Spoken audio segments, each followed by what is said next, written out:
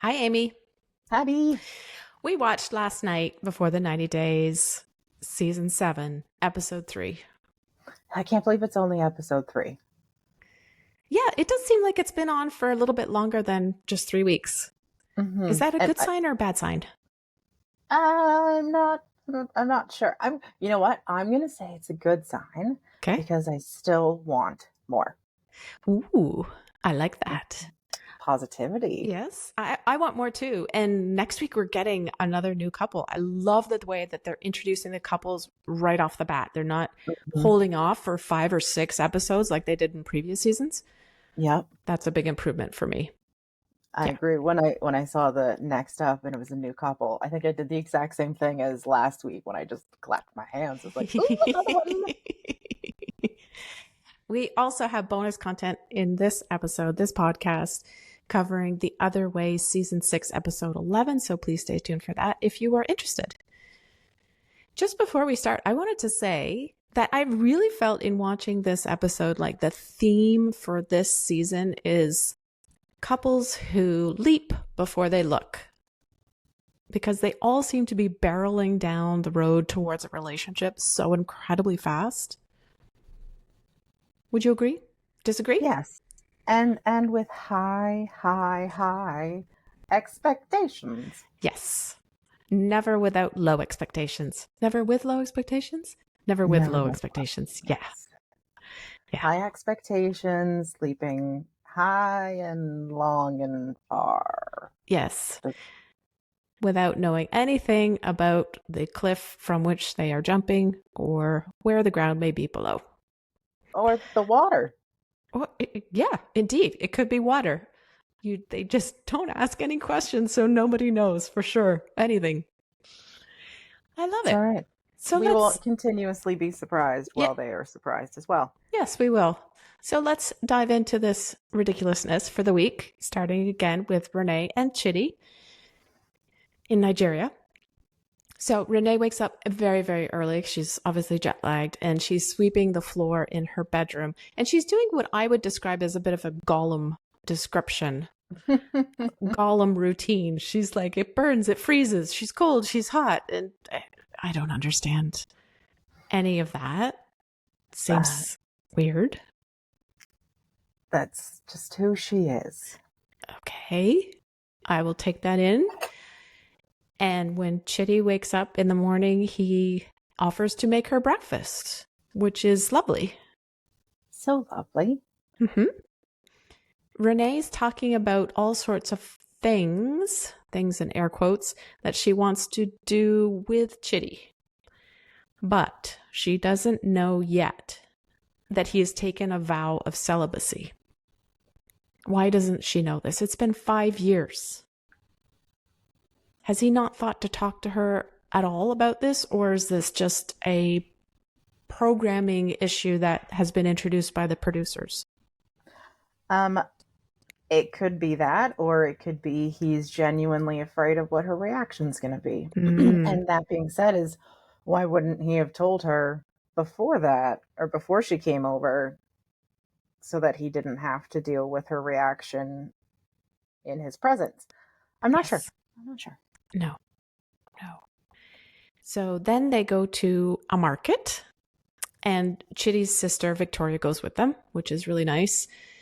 Renee seems to be totally in her element when a loose chicken walks across her path. She's delighted to find that there are wild chickens roaming Oh, around.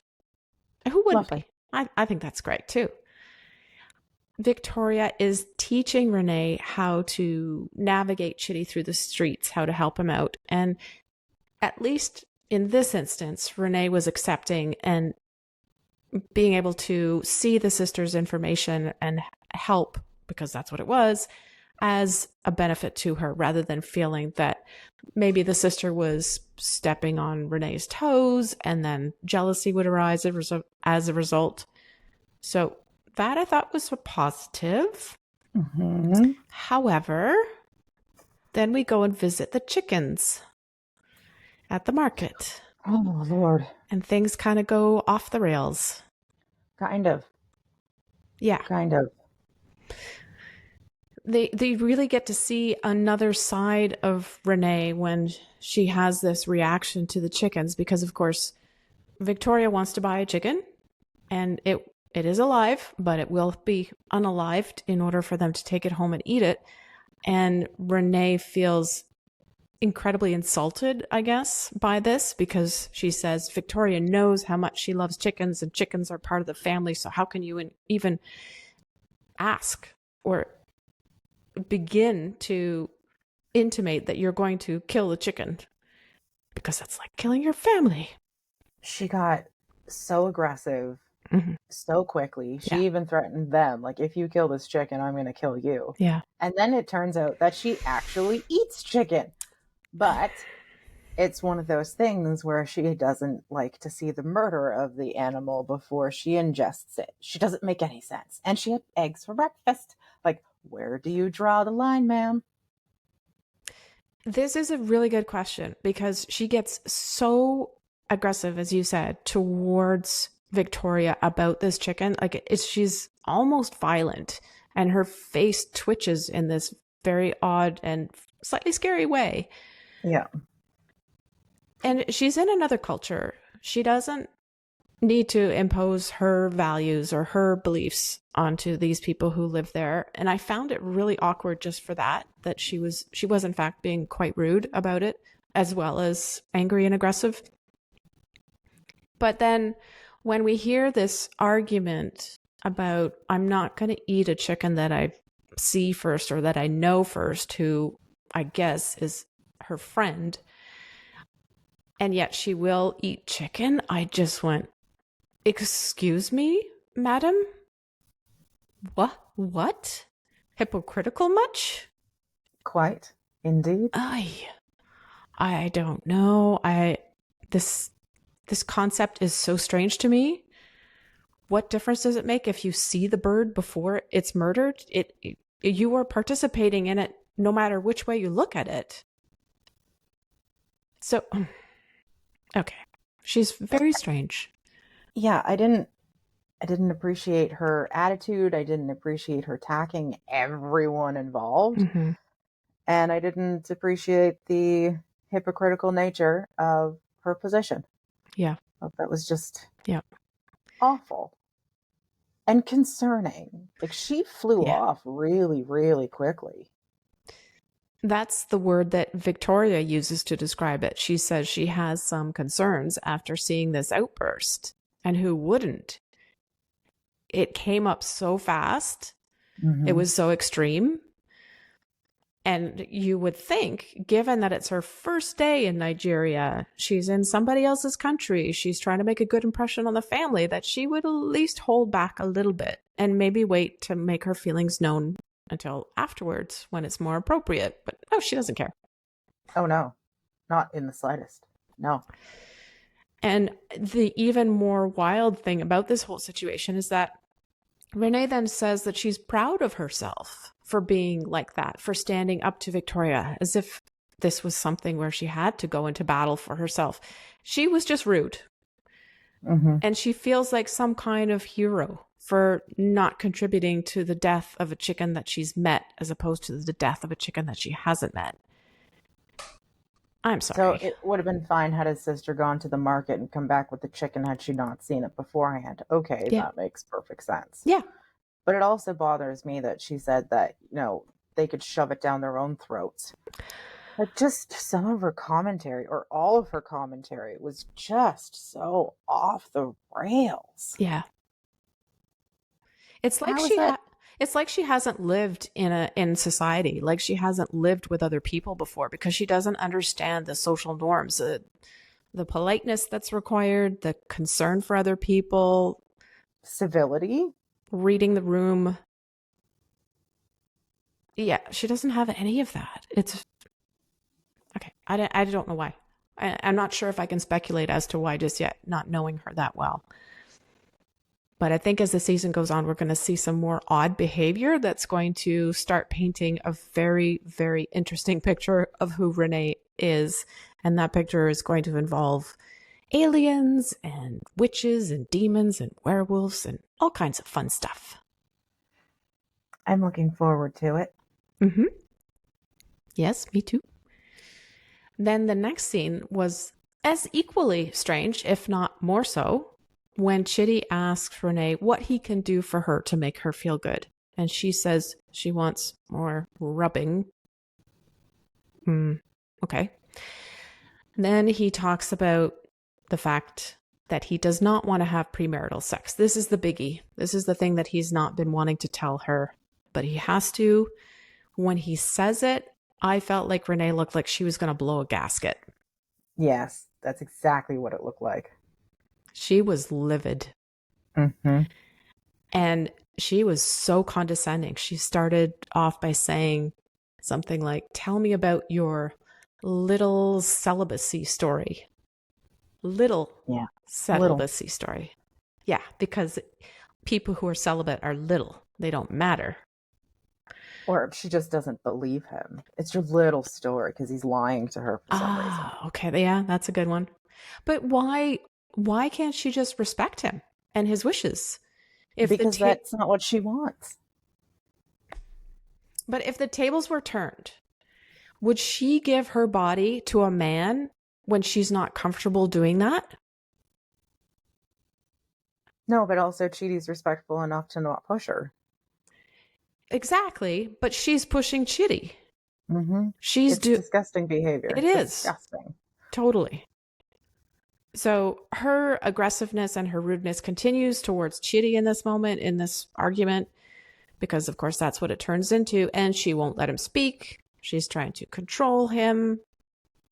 And then she started to remind me of a certain someone, 90 Day cast member, who married a man from Nigeria. Do you have any idea who that might be? Quite, yes. Yeah. So I think she is the new Angela 2.0. Mixed with the other one who Kimberly? was married. Yes, that one. Kimberly. Yes. Yeah.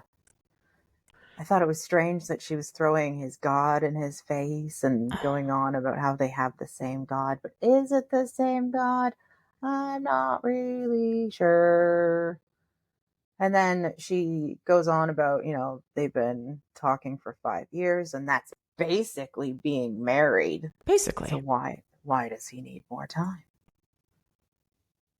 Like, good question. It was not. I don't know what to say. She's so odd. And poor Chidi.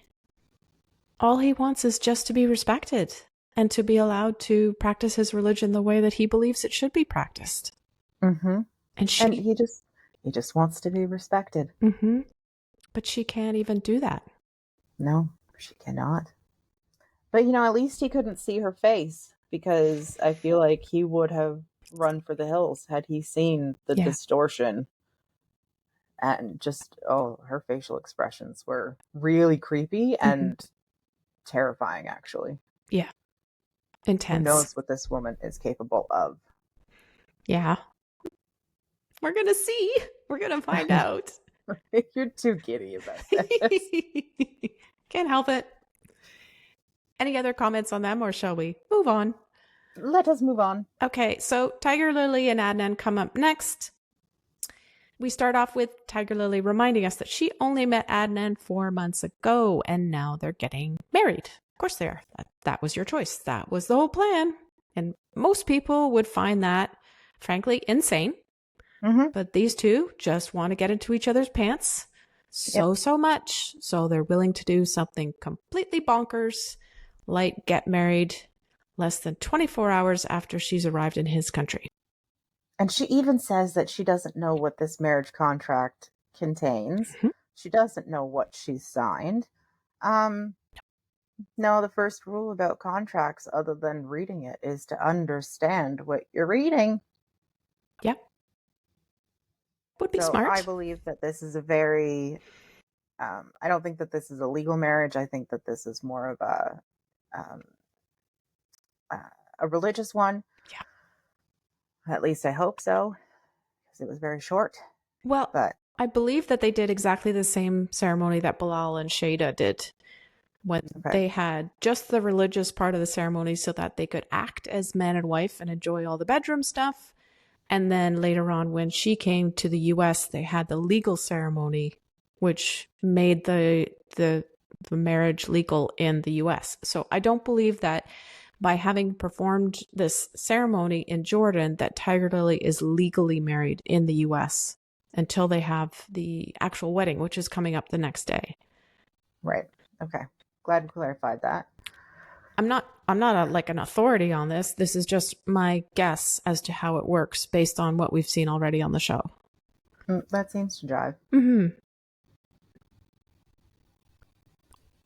So Adnan kicks everybody out of his room as soon as they have gone through this mysterious ceremony that nobody really understands, which proves us right. This is what it's been about all along. It's just for the sex. And then comes the control. Yeah. Yeah. The next morning is really quite interesting. Telling. Yeah. First of all, he has to announce that he's no longer a virgin. Mm-hmm. Good for you. Yeah. Then she gets a stylist from the spa downstairs in the hotel to come up to do her hair since her glam squad is got the day off. Good for them. Mm-hmm. Yeah. And this is a problem because the man they set up is a man. Yes, he is a man. How dare they? Why does the hotel send a man up to the room of somebody who called who was obviously a woman? If this is a Muslim country and this is actually an issue that women can't be alone with men who are not a member of their family or they're not married to, then why didn't they just send up a woman? Maybe they asked her preference and she said, I didn't care because she didn't know or she didn't think about it. Or maybe he was the only one available. I guess. Yeah, those are all logical. Okay. I just thought it was a little bit, of an issue for the hotel. Never mind. A faux pas, if you will. Yes. I can definitely see your thought process there. So while she's getting her hair styled, Adnan is basically looming over her as if he expects the stylist to attack Tigerlily at any moment, as if she's in some kind of mortal peril and he needs to save her. It's so the awkward. Hairbrush and the hairspray. Oh no. What could possibly go wrong? It's so incredibly awkward. Then he says, making it even more awkward, that she can only have 5 minutes to get her hair done and then it's over and the stylist has to leave the room. Okay.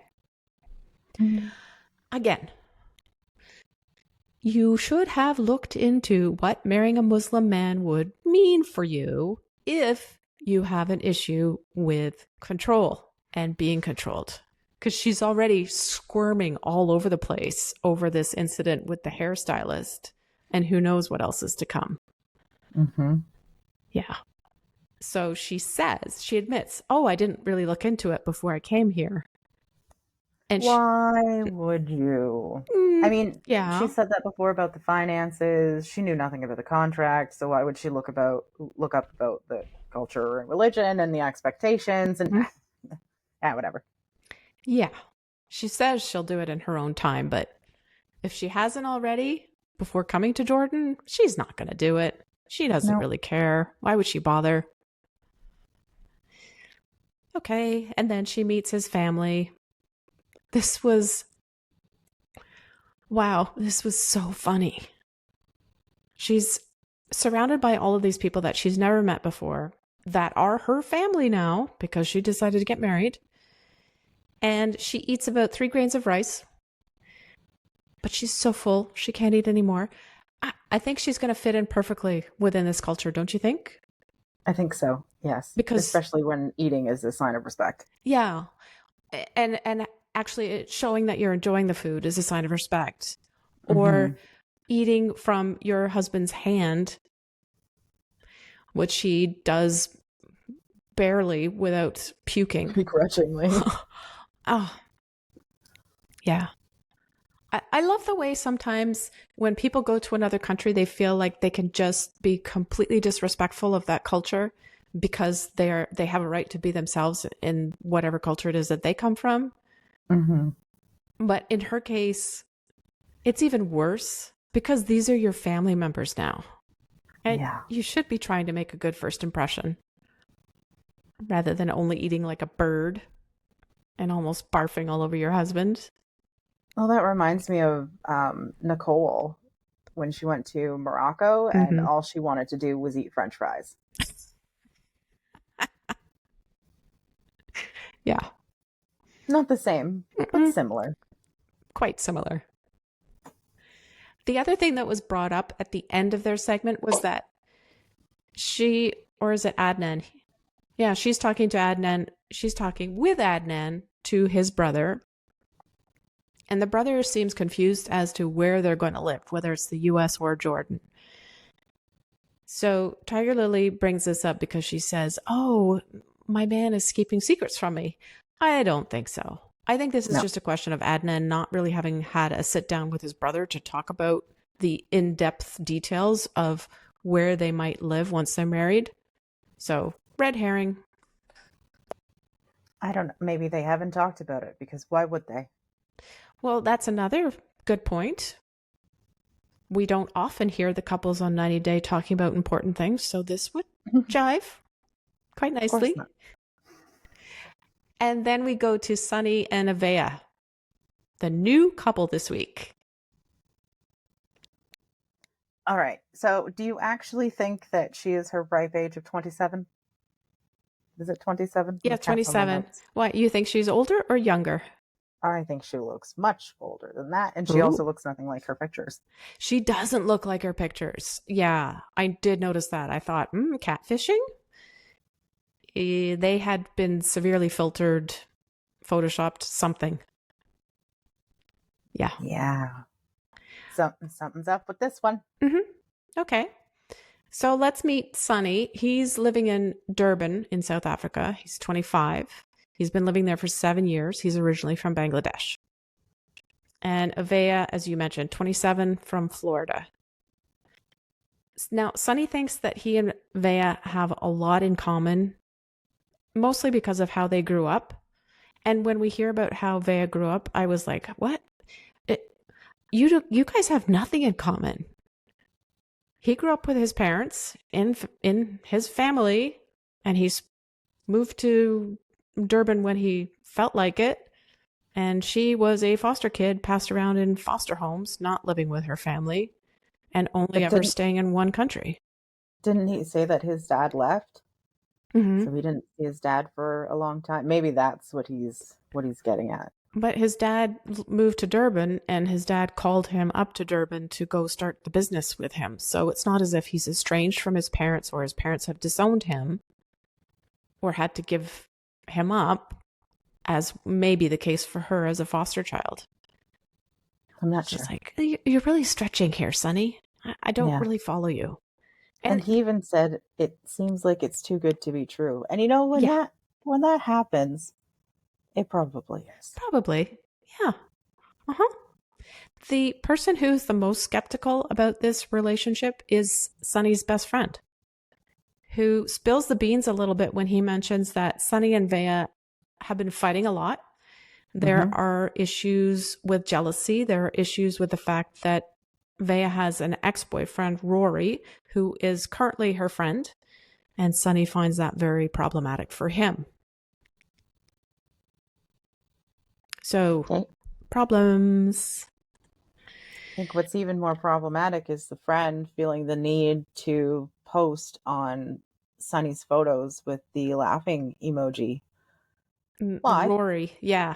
Yeah, that's so insanely inappropriate and rude.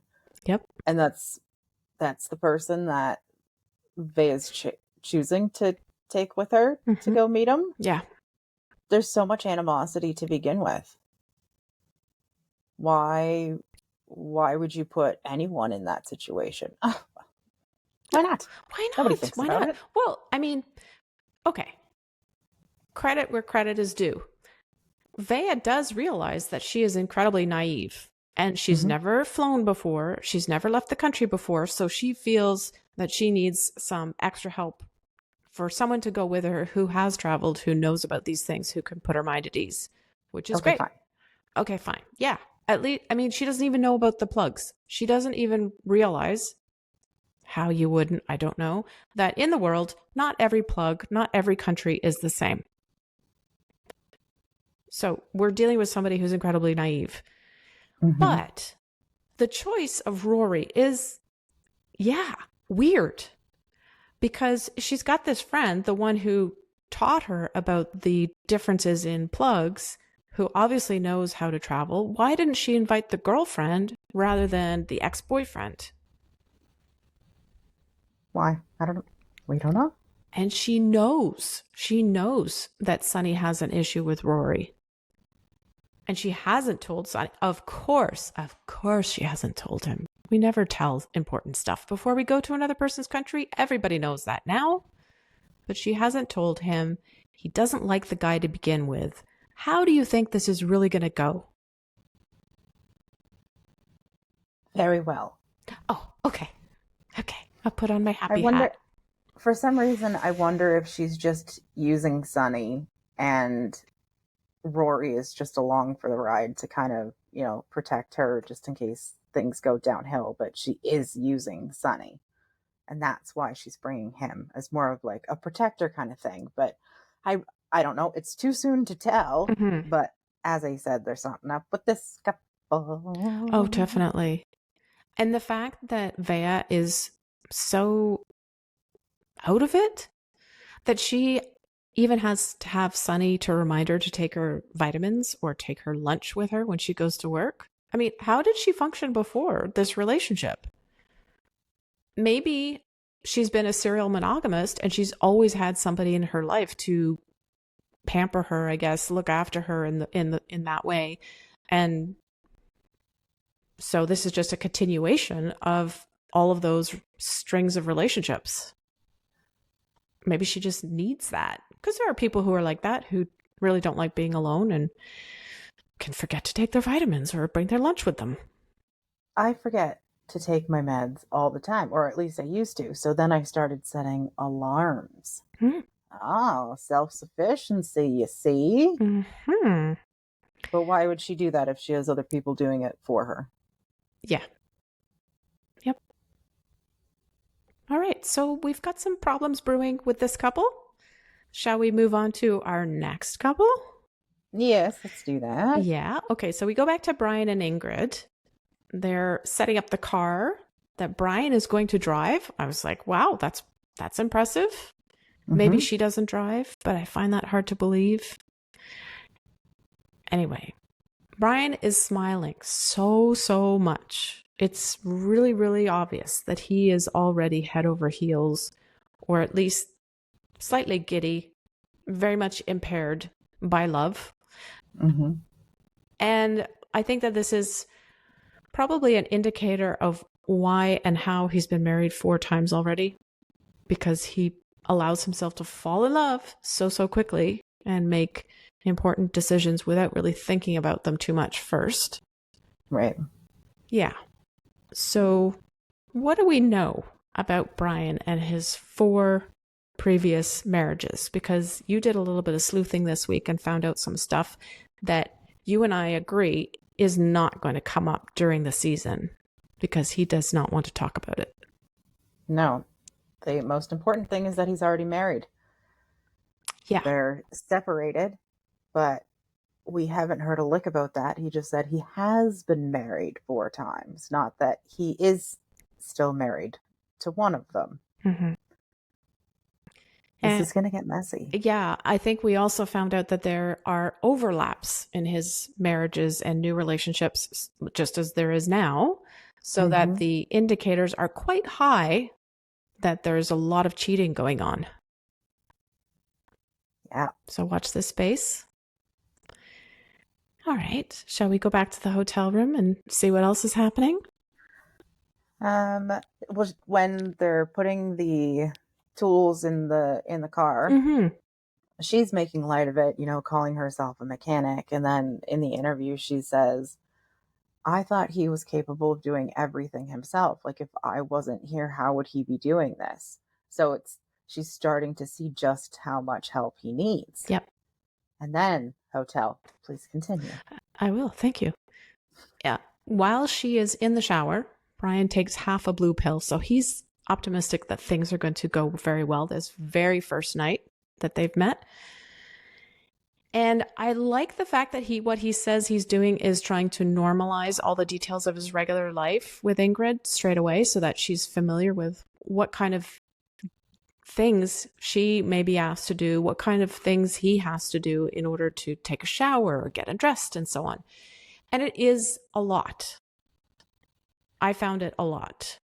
It is a lot. Yeah.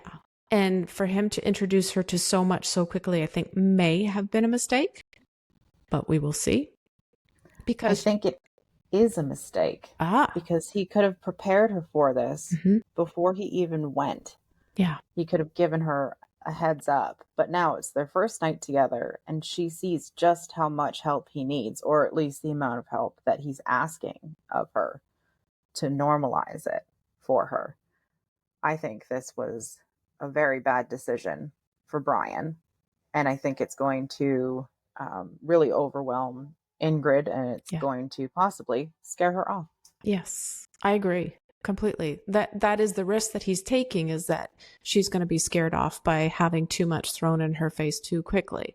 But she does need to get to know all of it eventually anyway. So I can also see why he would go ahead and just let her rip and show her what he has to do and talk about the catheter and all that kind of stuff. She does look uncomfortable. It seems very, very much like she just wants to go to sleep after all of this introduction stuff takes place. And I thought that was kind of telling. Like, she may be emotionally overloaded at this moment. And so she doesn't want to even talk or think about getting intimate with Brian. She just does the good night, gives him a kiss, and rolls over. Yeah, I think you're spot on with that. Thank you. Next couple? Yes? Loren and Faith. So they arrive at the hotel where Faith works and lives. And he gets his own room. Good boy, as per Faith's instructions, which I thought was very sensible. Finally, we've got one person, Faith, who wants to get to know her partner a little bit better before she jumps into bed with him. Radical idea. Wow. So they go out on their very first date, and this was a street food date. Discuss. I thought it was lovely. I'm a big fan of Filipino food. I wasn't quite sure what they were eating. Her accent threw me off, but she was eating beef with noodles and a bone marrow plate. And I would very much like to taste them, but I feel like he really needs to try some lumpia. Where was the lumpia? Ooh, what is lumpia? It is a Filipino spring roll. Is it a fresh roll or a fried roll? It's a fried roll, but sometimes around here, I don't know if they still do that or if they do it in the Philippines at all, but you can bake them. So it makes them a little less greasy, but if it's done properly, it's so crispy, so delicious. I knew you'd be paying so much attention to the food, and I was looking forward to your comments on what they were eating. Yes, I had to rewind, obviously. The other thing that I wanted to ask your opinion of is the girlfriend test, of course, because Loren pulls that out, hands it to his girlfriend. And what did you think of her response? I thought she handled it very well.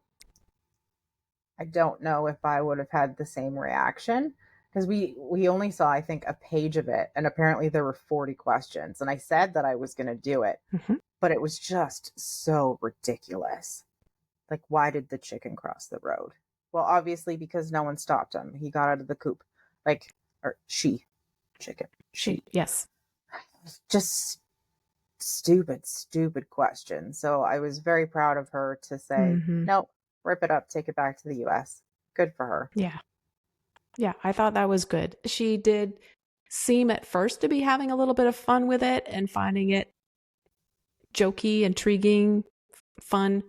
But then she kind of got a little bit offended and she handed it back to him. And I thought, good for you for setting that boundary and not just choking it down and trying to get through as much of the test as possible.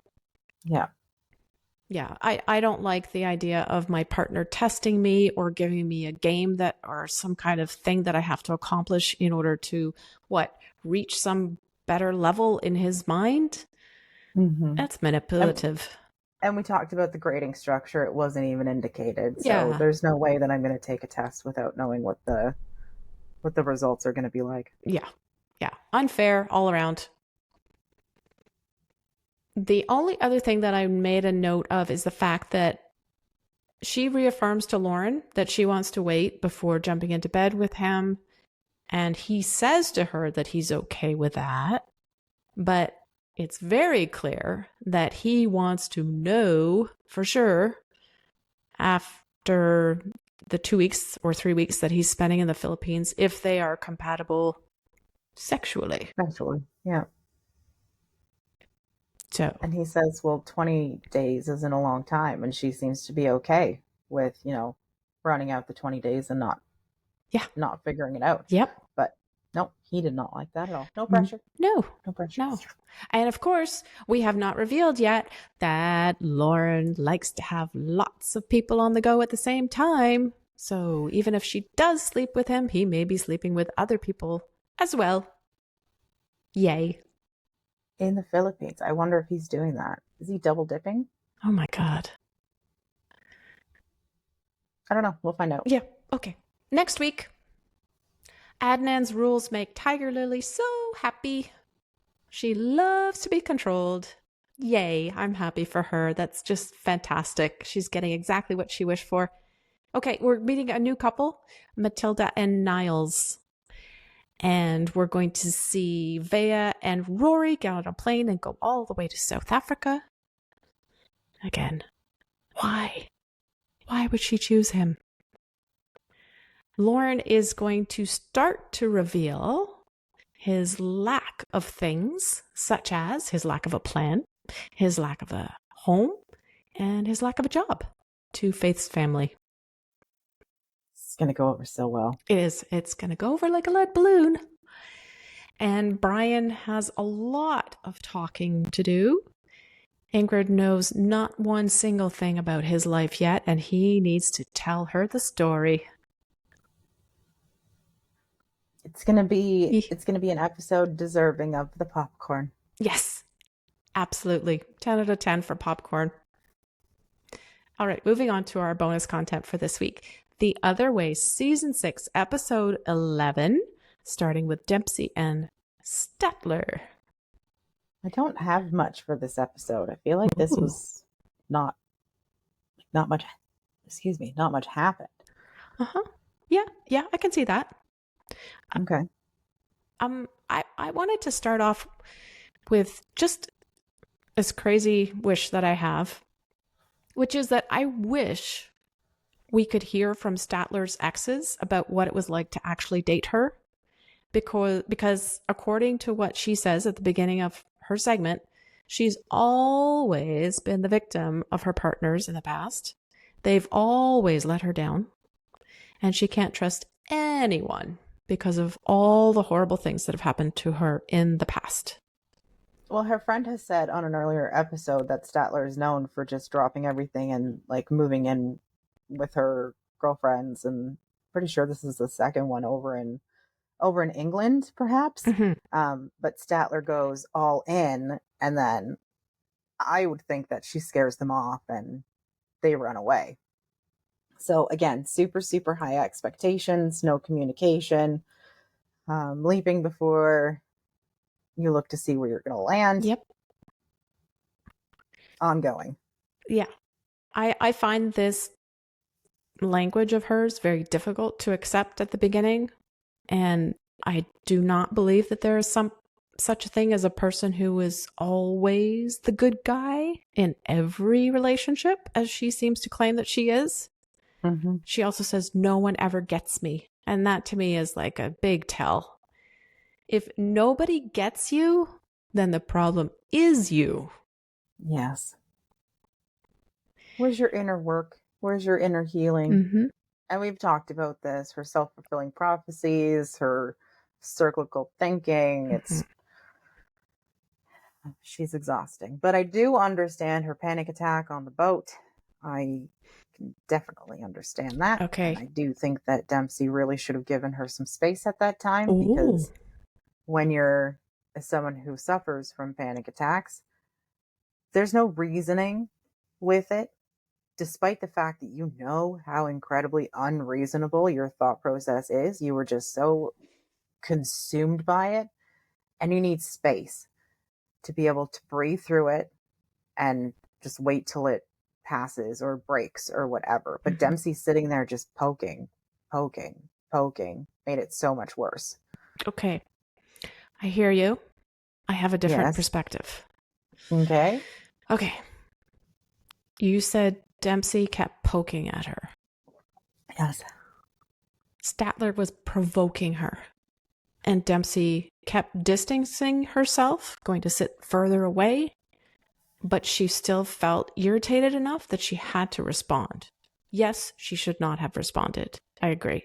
But I don't think she was poking deliberately. I think she was responding to a provocation, and the provocation came from Statler.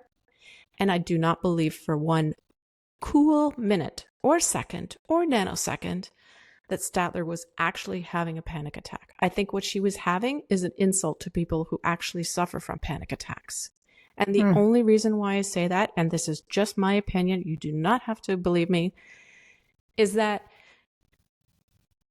she was so coherent. She was so cogent. She was so on the mark. She was so pointed and precise and had a comeback for every single little thing that Dempsey said to her that I thought, there's no way this sharpness, this rudeness, this commentary is not coming from somebody who is suffering from a panic attack. I can see where you're coming from. There have been times when I have been panicking and I've been coherent, but the vast majority of them are not in that fashion. So you could be right. I think Statler just likes to be the center of attention. And as we've seen from her in this season and the previous season that she was on, she likes to use her disabilities as an excuse for her behavior. And as a weapon. Yes. So her being all of this build up to being on the boat, how it was going to make her sick, how she couldn't survive, how she wanted to get her off right away. Ugh. She had to look at the horizon. It was too much. She was making it into a bigger thing than it actually was because she enjoys the attention and she wanted everybody to be looking after her and comforting her and basically mollycoddling her. And I think that's a self-fulfilling prophecy again. Yeah. This boat is going to stress me out. It's going to make me panic. Overthinking, panic. Oh, there we go. Yeah. But Dempsey was trying, I mean, I don't know how much experience she has dealing with somebody who's having a panic attack. She was just trying to make things better. She was saying, isn't it beautiful? Should we go sit outside, get some fresh air? Isn't this lovely? She was trying to, and maybe it was the wrong approach. I don't know. She was trying to relax and distract Statler. And Statler didn't want that. Statler wanted the coddling. And when she didn't get the coddling, she turned nasty. And then she started attacking Dempsey. And Dempsey just kind of went, oh my God. And she distanced herself, fought back a little bit. And yeah, things did not go well, obviously. I think Statler wanted space. Mm-hmm. Dempsey wasn't giving it to her, and that's why she lashed out. But if she really wanted space, Amy, why didn't she go somewhere else? Why didn't she shut up? Why didn't she go and look after herself? She chose to stay there and to continue harassing Dempsey. She could have been frozen in the moment. I don't know. Yeah. I don't know. I don't buy it. I Not just don't buy it. I understand that. Mhm. But not everyone's panic and anxiety I know. attacks are the same I thing. know. I know. I know. And I don't like Statler either. I'm not trying to defend her. I'm just talking about personal experiences. Yes. I got you. I got you. Shall we move to James and Natalia? Yes, please. Yeah. What did you think of the coin massage to start off their scenes? It looked so painful. I've had something similar done by a Chinese medical doctor. Yeah. And that was very, very painful. I think she probably should have told him about it before she started doing it. Yeah. He seemed very, very uncomfortable. But whatever. Yeah. I thought, oh, it's going to be some kind of a gua sha-like treatment, which I've had before, which is lovely. And sometimes brings up a bit of redness. But as I understand it, you're not really supposed to injure the skin in the way that she was doing. That was brutal. Mine looked similar to that. Oof. I also have very, very sensitive skin. Okay. Maybe it's just that then. Maybe it's just James's sensitive skin. Yeah. Maybe. Yeah. All right. So Tata talks to her sister and she blurts out that secret that she's been carrying with her this whole time, which is that one of Tata's girlfriends in the US had a conversation with James. James let it slip that he doesn't want to have kids. And now Natalia knows that he doesn't want kids, but he doesn't know that she knows. Anyway, yeah. So the sister's advice is maybe you should talk to your husband about that. Oh. Genius. Wow. Okay. Call Mensa. We are in the presence of a genius. In the next, I have a cat just purring all over the place. Oh, and she's coming across the. Oh, there she is. Okay. Tail. Hello. In the next scene, we have metal detecting on the beach, and they find a nail. How exciting! Why do we need this scene? Why do we need that? I don't know. All right. So this is really about Tata's moment to talk to James about the kid thing. Finally, about time. He clearly does not want to talk about it because he immediately starts blaming the friend for telling things to Tata. She's right here. She's trying to get my microphone. Okay. He tries to brush it off because this is not helping. He tries to brush it off because he immediately he goes into this kind of wishy-washy state where he's not giving her a straight answer. He says he kind of doesn't want to have kids, but maybe it's selfish of him, which is a cop-out. 100%. The only thing that I found was excellent was that he does make a good point about the fact that he's actually not in a good position to have kids right now due to the lack of a job, and he can't support himself and Tata. So yes, this does make sense that you would say no kids right now. That might be the most logical thought that's ever come out of his mouth since we've met him. Yeah, absolutely. And then the next one that comes out of Tata's is insanely bad. Yeah. She says that maybe having a kid will make their relationship stronger. It will solve all of the relationship problems. Having a child is not a magic pill. It is not a solution. That is a person. It's not even a Band-Aid. Oh, Need I say more? Know that Need I say more? Incredibly, incredibly immature. Mm-hmm. But even if he does decide that he doesn't want to have a kid, I still think she's going to stay with him and she's going to be absolutely miserable. And that is my prediction. Yeah, they don't come to any resolution over the kids issue. We don't know if they will or they won't. Maybe something will happen in the rest of the season. But yeah, I don't think she's going to be happy either. No. Yeah. Next up, Sean and Joanne. Happier scenes. Can we just address the fact that Sean lives with his mother? Yeah. Okay. Addressed? Yep. So noted. They have a rental house, of course, because they're not going to be staying with his mother. There are a lot of people, for one thing, and they have to have many bedrooms because Sean and Joanne cannot share one since Bella, his daughter, doesn't know that they're in a relationship. Again, how did this happen? All of the trips that Joanne has made to visit Ireland, to visit Sean, and to see his daughter too, how has it never come up that they've held hands, kissed, hugged, done anything remotely intimate in front of her that would make her think that they're in a relationship? I don't know. Okay. Sean takes Joanne's sons, out for football in the morning, otherwise known as soccer, as a bonding activity, which was really cute. I thought they had a great time.